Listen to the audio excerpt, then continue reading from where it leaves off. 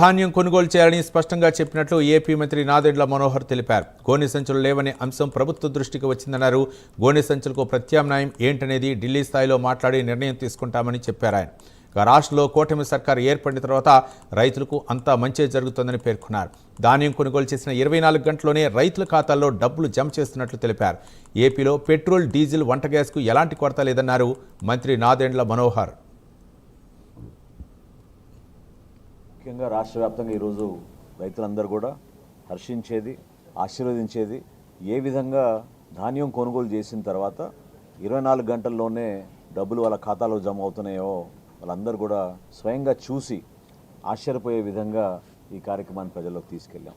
దాంతో సరిపెట్టుకోలేదు, మా అంతటే మేమే వీలైనంత త్వరలో రైతాంగానికి పారదర్శకంగా, నిజాయితీగా ఈ కార్యక్రమాన్ని వాళ్ళకి అందుబాటులో తీసుకొచ్చే విధంగా చేద్దామని మిల్లర్లు క్షేత్రస్థాయిలో ప్రభుత్వ వారధులుగా నిలబడి రైతాంగానికి ఎక్కడ కూడా ఇబ్బంది కలగకూడదని మేము గత ప్రభుత్వం చేసిన కొన్ని పొరపాట్లని సరిదిద్దుకుంటూ ముందుకొచ్చాం.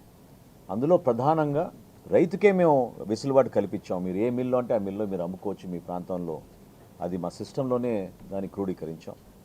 అదేవిధంగా ఆ జిల్లా వరకు ఒకవేళ మూమెంట్ కావాలంటే స్థానికంగా ఉన్న మిల్స్ ఒక్కొక్కసారి కొన్ని జిల్లాల్లో ఆ స్థాయిలో ఉండకపోవచ్చు, పక్క జిల్లా నుంచి కూడా వాళ్ళకి ఆ వెసులుబాటు కల్పించే విధంగా రైతు కష్టం కల్పించకూడదనే ఉద్దేశంతో మేము ఆ సంస్కరణ కూడా తీసుకొచ్చాం.